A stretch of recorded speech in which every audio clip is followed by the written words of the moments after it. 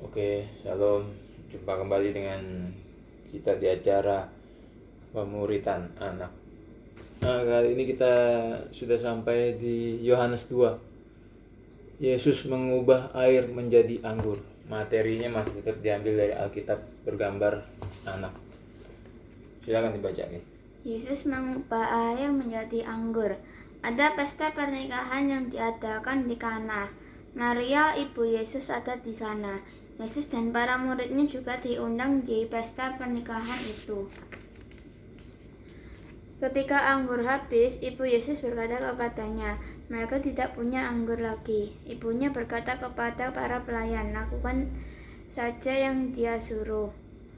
Di dekat situ ada 6 buah tempayan air besar. Yesus berkata kepada para pelayan, "Isilah tempayan-tempayan itu dengan air." Mereka pun mengisinya hingga penuh.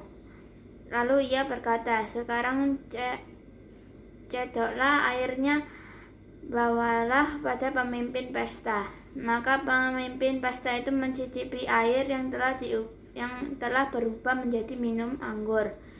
Lalu ia berkata kepada pengantin laki-laki, "Engkau masih menyimpan air anggur yang terbaik sampai saat ini." Itu adalah mukjizat pertama yang Yesus lakukan. Nah.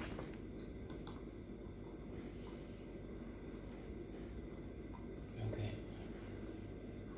Seperti biasa kita akan mulai dengan Injil. Injil adalah kabar baik.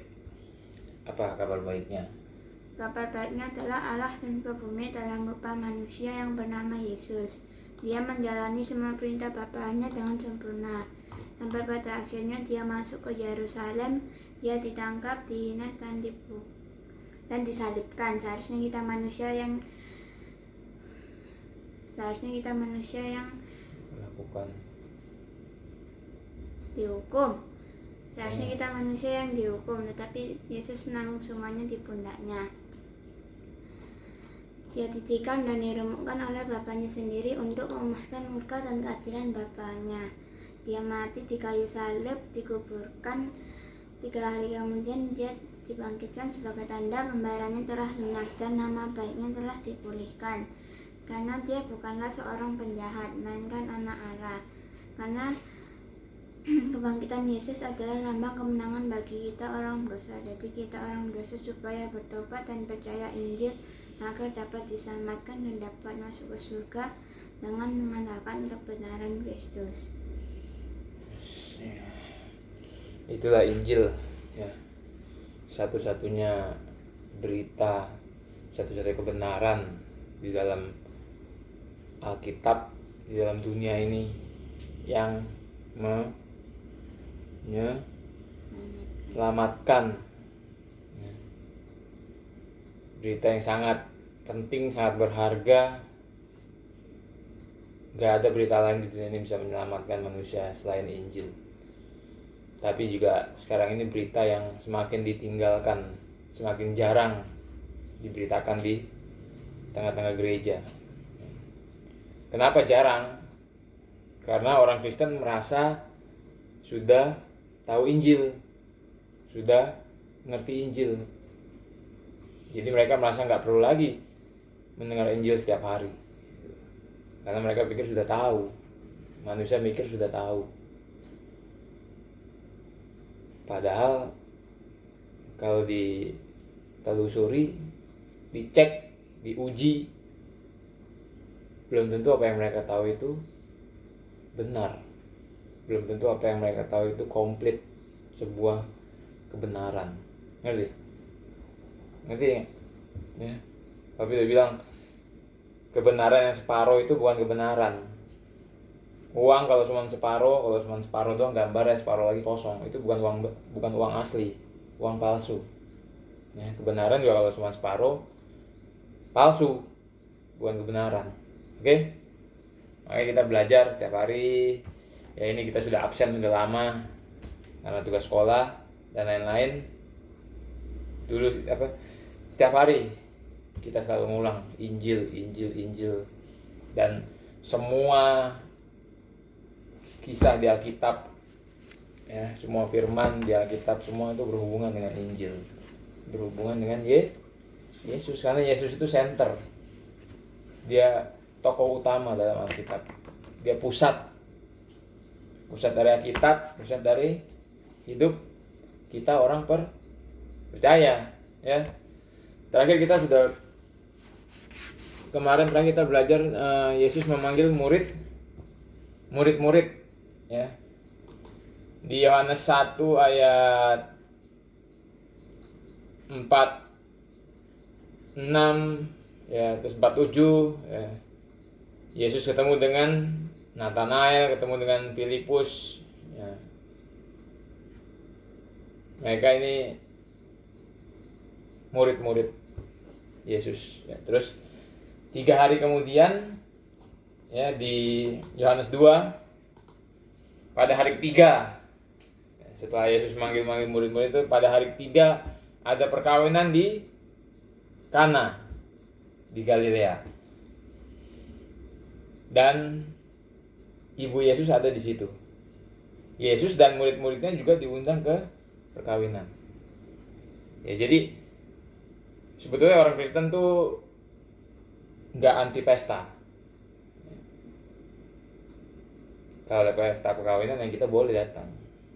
Tapi kalau pesta pora, mabuk-mabukan, itu jelas dilarang dalam Alkitab. Ya. Pesta yang berlebihan itu dilarang. Pasti. Pesta pora itu namanya, itu dilarang dalam Alkitab. Terus mereka kekurangan anggur. Dan ibunya Yesus berkata kepada Yesus, mereka kehabisan anggur. Dia ngomong sama Yesus, kata Yesus, sama Yesus ditegur ibunya itu, mau apa engkau daripada aku, ibu? Saatku belum tiba. Ya, jadi Maria ini, kenapa dia ngomong ke Yesus mereka kehabisan anggur, ya kan? Menurut banyak penafsir, kalau papi pelajari, Maria berharap kali itu Yesus melakukan mukjizat, ya. Dan perubahan air jadi anggur ini, ya, itu di ayat 11 dikatakan sebagai yang pertama dari tanda-tandanya, mukjizat pertama. Kalau Yohanes, penulis Injil, memakai kata tanda. Tanda itu mukjizat, ya. Kamu perhatiin, ya. Kata tanda yang dipakai Yohanes itu artinya sebuah mukjizat yang menandakan keilahian Yesus, sebuah mukjizat yang menandakan tanda-tanda dari kemesiasan Yesus. Ingat, Yesus adalah satu pribadi dengan dua hakikat, sepenuhnya manusia dan sepenuhnya Allah dalam satu pribadi. Nah, tanda itu adalah mukjizat yang menandakan keilahian Yesus atau menandakan kemesiasan. Kalau Yohanes menyebutnya dengan tanda-tandanya, ya, sebagai yang pertama dari tanda-tandanya. Ngerti? Oke?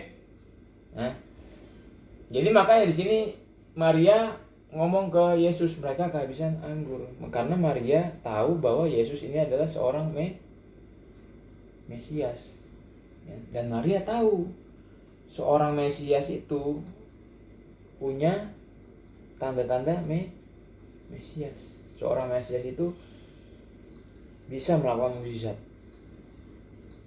Ngerti gak?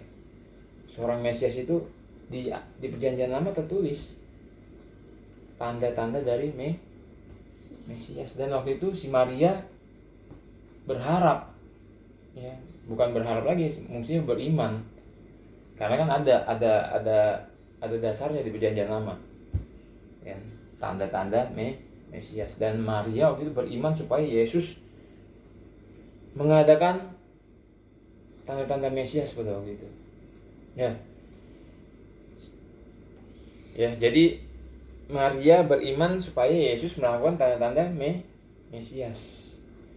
Ya mungkin ya supaya dia, kan konteksnya kehabisan anggur, supaya dia membuat anggur dengan mukjizat, ya.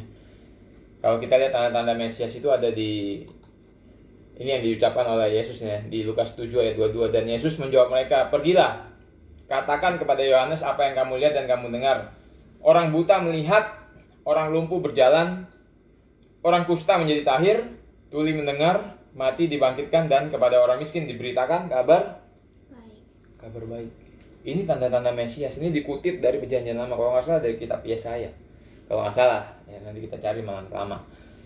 Ya, dan berbahagialah orang yang tidak jadi kecewa dan menolak aku. Jadi kan papi pernah ajarin dulu, sering papi ajarin bahwa kalau Yesus melakukan mukjizat, menyembuhkan orang, lumpuh berjalan, mati bangkit, ya, kusta sembuh, bla bla bla bla bla, itu dia lagi melakukan tanda-tanda Mesias.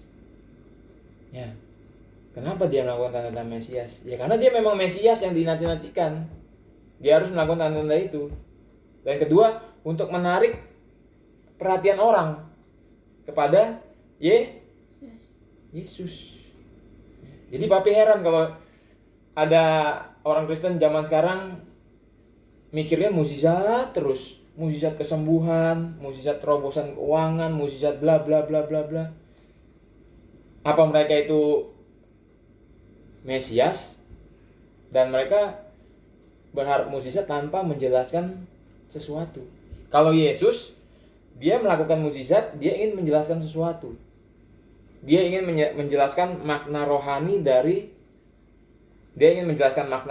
dengan menggunakan praktek secara jasmani. Contohnya, ketika dia membangkitkan Lazarus, dia bilang, "Akulah kebangkitan dan hidup." Ya, terus dia bangkitin Lazarus. Ketika dia menyembuhkan orang buta, "Akulah terang dunia." Ketika dia kasih makan orang, "Akulah roti hidup." Jadi untuk menjelaskan sesuatu, ya, dia melakukan tanda Mesias untuk menjelaskan makna rohani, untuk menjelaskan, mengajarkan sesuatu. Beda dengan orang-orang zaman sekarang, ngapain mereka melakukan mukjizat tuh enggak. Papi bilang tuh aneh, enggak ada menjelaskan apa-apa, hanya untuk show off doang. Ya, hanya untuk kebanggaan diri bahwa mereka bisa melakukan mukjizat. Ya. Terus pertanyaannya, kenapa rasul-rasul juga melakukan mukjizat? Ya sama, untuk menarik. Dulu di zaman rasul-rasul kan kekristenan itu masih muda, masih baru ada waktu itu. Jadi untuk menarik orang-orang untuk datang, orang-orang yang nggak beriman untuk datang, mereka diperlukan mukjizat. Sekarang kekristenan itu sudah tua, sudah 2000 tahun lebih. Ya, sudah tua kekristenan itu, nggak perlu lagi menarik-narik orang pakai mukjizat. Kecuali memang kalau ada penginjilan ke pelosok-pelosok, ya, ke daerah-daerah yang terpencil, mungkin masih diperlukan mukjizat pada saat itu untuk menarik mereka pada kekristenan. Tapi kita yang di kota ini yang orang sudah banyak tahu, nggak perlu lagi, ngapain lagi pakai mukjizat untuk menarik jemaat gitu.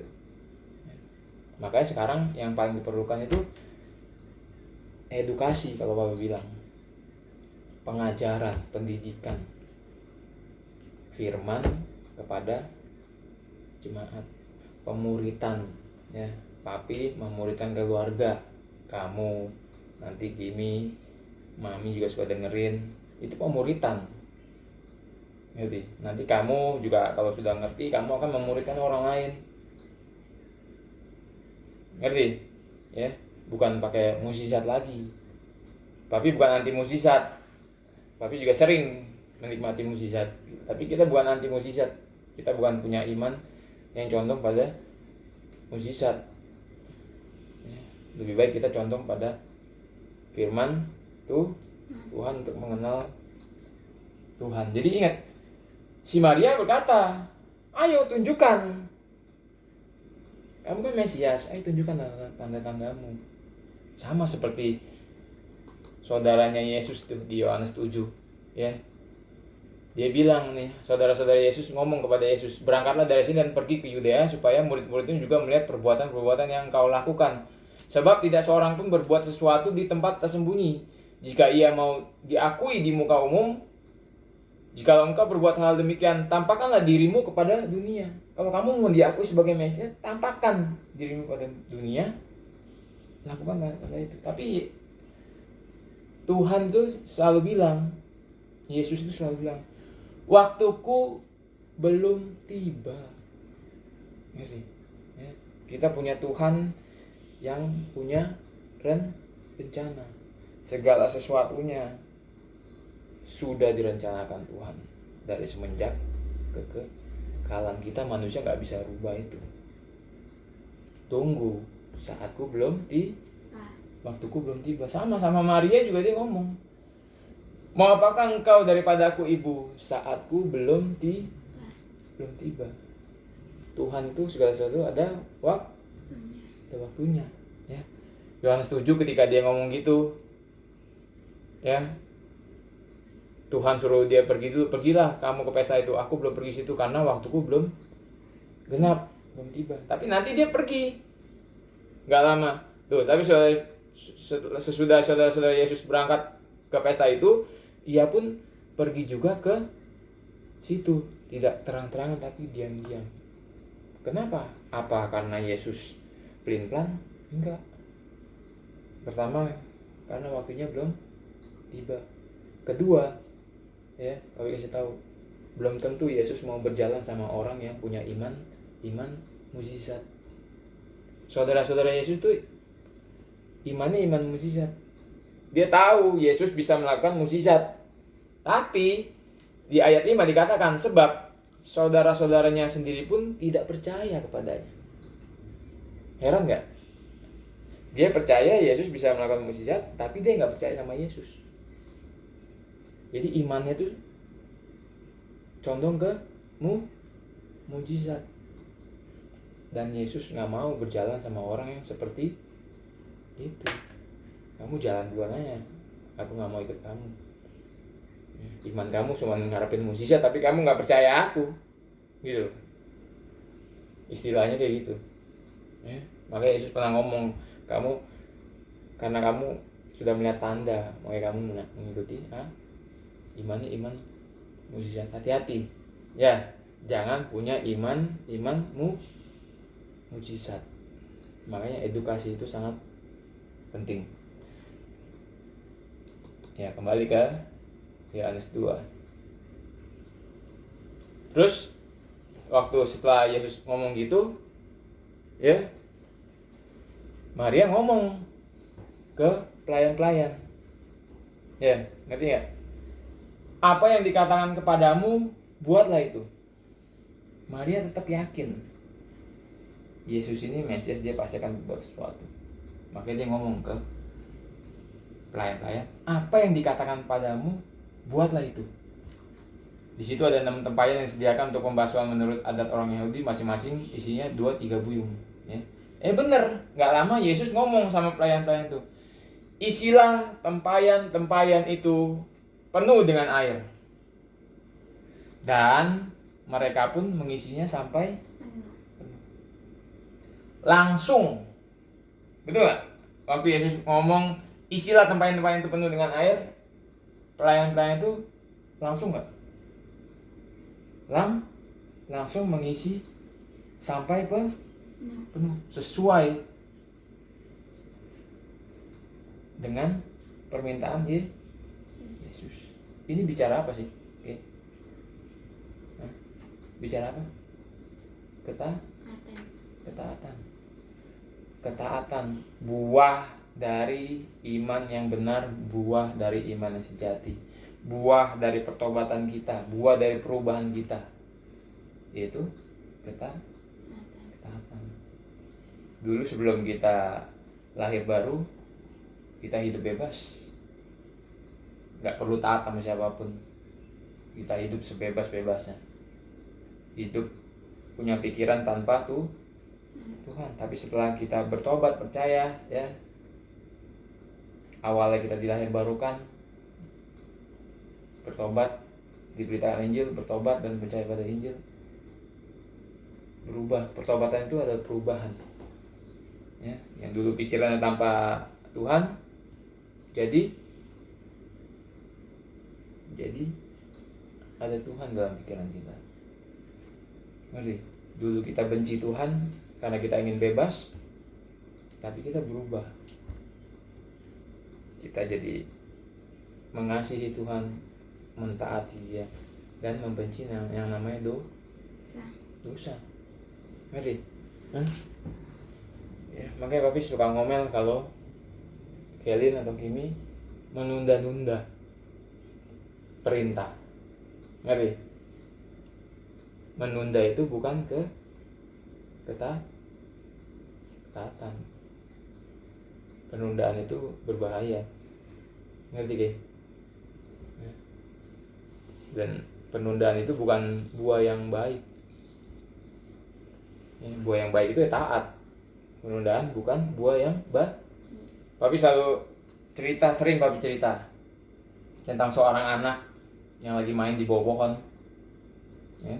Dia lagi main sama teman-teman di bawah pohon. Nggak lama bapaknya keluar. Misalkan ini nama anaknya Udin, ya. Bapaknya keluar. Udin, jongkok. Langsung si Udin jongkok. Udin, tiarap. Udin tiarap. Langsung dia tiarap. Udin, merangkak ke sini, tiarap merayap ke sini. Bapak bilang, dia langsung merayap. Pas sampai bapaknya, si Udin tanya, "Loh kenapa sih, Pak? Coba kamu lihat ke pohon itu," kata bapaknya. Ternyata di pohon itu ada ular berbisa. Ngerti? Coba kamu bayangkan kalau Udin disuruh jongkok. Udin jongkok. Apa sih, Pak? Jongkok-jongkok. Enti nah. Udin merayap Udin tiarap. Apa sih, Pak? Tiarap. Aku nih lagi main. Kalau dia nggak langsung taat, menurut kamu mati nggak deh?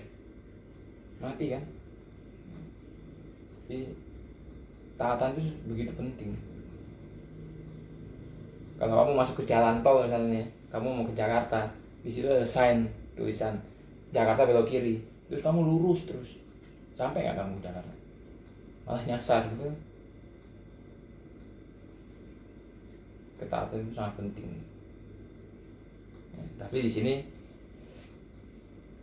Papi nggak mau hubung-hubungkan dengan mukjizat. Nanti banyak orang yang menghubungkan, oh kita harus taat supaya ingin mendapatkan mukjizat. Di sini pelan-pelan taat, makanya dia mendapatkan mukjizat. Enggak. Ini sifatnya cerita. Ya, ini cerita. Ini Alkitab lagi sedang bercerita waktu itu.